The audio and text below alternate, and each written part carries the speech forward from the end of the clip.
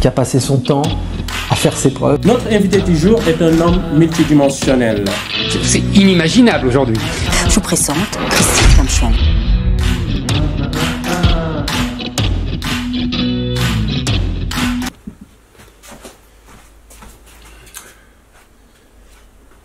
Bonjour les amis de la raison, j'espère que vous allez bien. Bienvenue encore pour ce nouveau moment CK. Alors cette fois-ci je vais parler d'une de mes passions, le MMA. Alors vous avez sûrement vu ce qui s'est passé lors de la conférence de presse. On a eu le droit justement à déjà un super UFC 307 I think. Avec une victoire d'Ilia Topuria sur Max Holloway.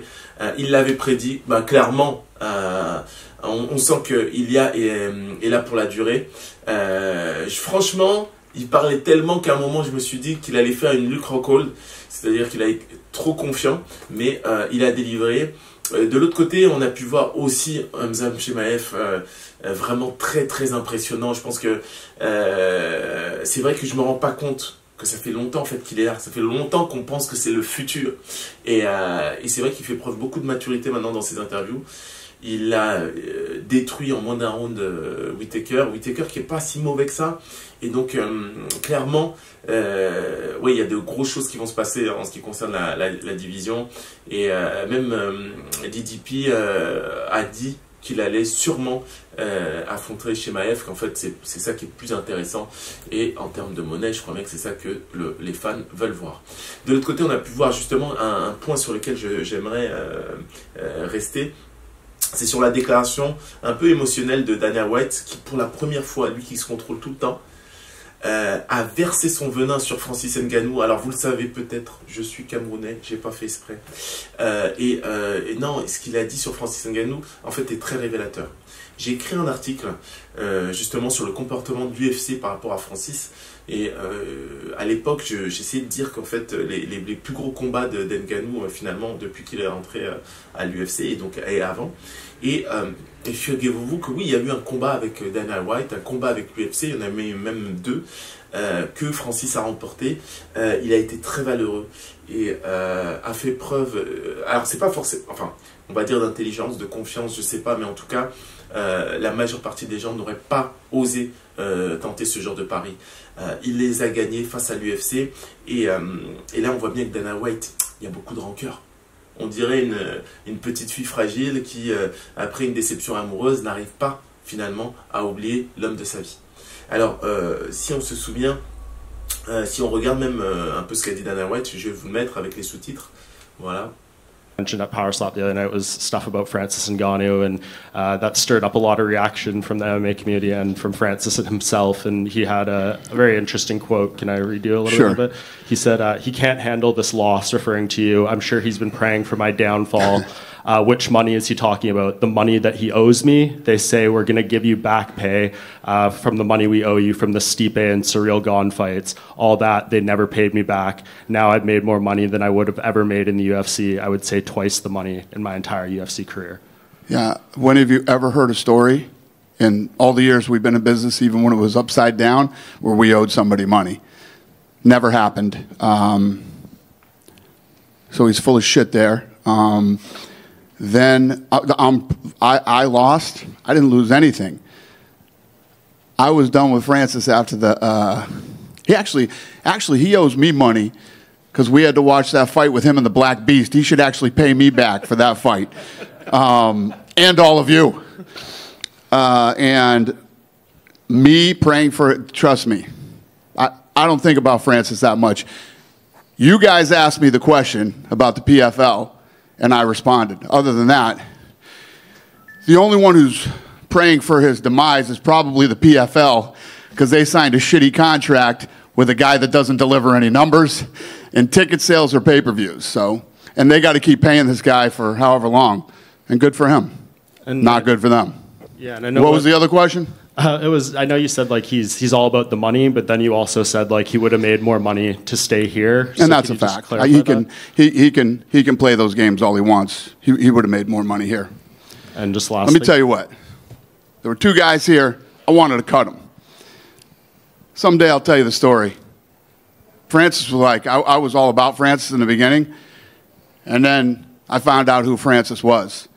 And I told the two guys who asked me not to cut Francis, when somebody shows you who they are, believe them. And, yeah, believe me, I have no sleepless nights over Francis leaving.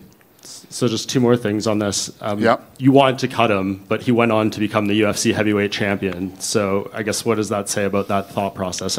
Yeah. Does it show he should have stayed? Well, no. I didn't like Francis as a person. Wasn't a guy I wanted to do business with. My boys were telling me he's misunderstood. And I told them, when somebody shows you who they are, believe them. Yeah, it wasn't about him becoming the heavyweight champion of the world. Francis isn't a good guy. He plays the good guy. I don't understand the language, and so he seems like he's a nice guy. He's not, and he's just not a guy that I wanted to be in business with. Period. End of story. Whether he became the champion or not. And I assume you don't want to be in business with him ever again, but... We won't be. We'll never be in business together. You could tell. Yeah. We don't like each other. And this goes way back. This goes back to before the first Stipe fight. He pulled some shit before the first Stipe fight, and I said, I'm done with this guy. And then Stipe beat the shit out of him. Great night. And then, yeah, we never had a relationship after that. Well, I know you said John Jones would walk out of any room, so wouldn't it be gratifying to put him in a room with Francis? He didn't want that fight. He could have stayed and took that fight. He didn't want that fight. Tom Aspinall deserves that fight. Alors, comme vous l'avez entendu, Dana White affirme que Francis Ngannou aurait gagné beaucoup plus d'argent en restant à l'UFC. Le corollaire de ça, c'est que finalement Francis Ngannou aurait rapporté encore plus d'argent à l'UFC, hein, parce que bon, vous connaissez un peu comment marche justement la procédure de rémunération de l'UFC. Clairement, les athlètes ont peanuts et eux, ils ont la grosse part du gâteau. Il y a une étude, hein, je pense que je vous la mettrai en description, qui a déjà été faite par un excellent youtubeur. Mais de l'autre côté, quand il dit ça, et puis il vous le dit après, finalement, il vous dit que non, que Ngannou, à plusieurs reprises, il a voulu le virer de l'UFC, qu'il ne veut plus dealer avec lui, etc. Alors, il y a deux choses. En fait, ce que Dana White est en train de nous dire, finalement, c'est que finalement, c'était très dur. Je pense qu'il parle des négociations, de négocier avec Ngannou.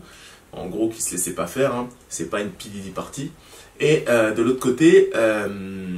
donc il était très dur en termes de négociation, très difficile à manœuvrer, à manipuler si je puis dire.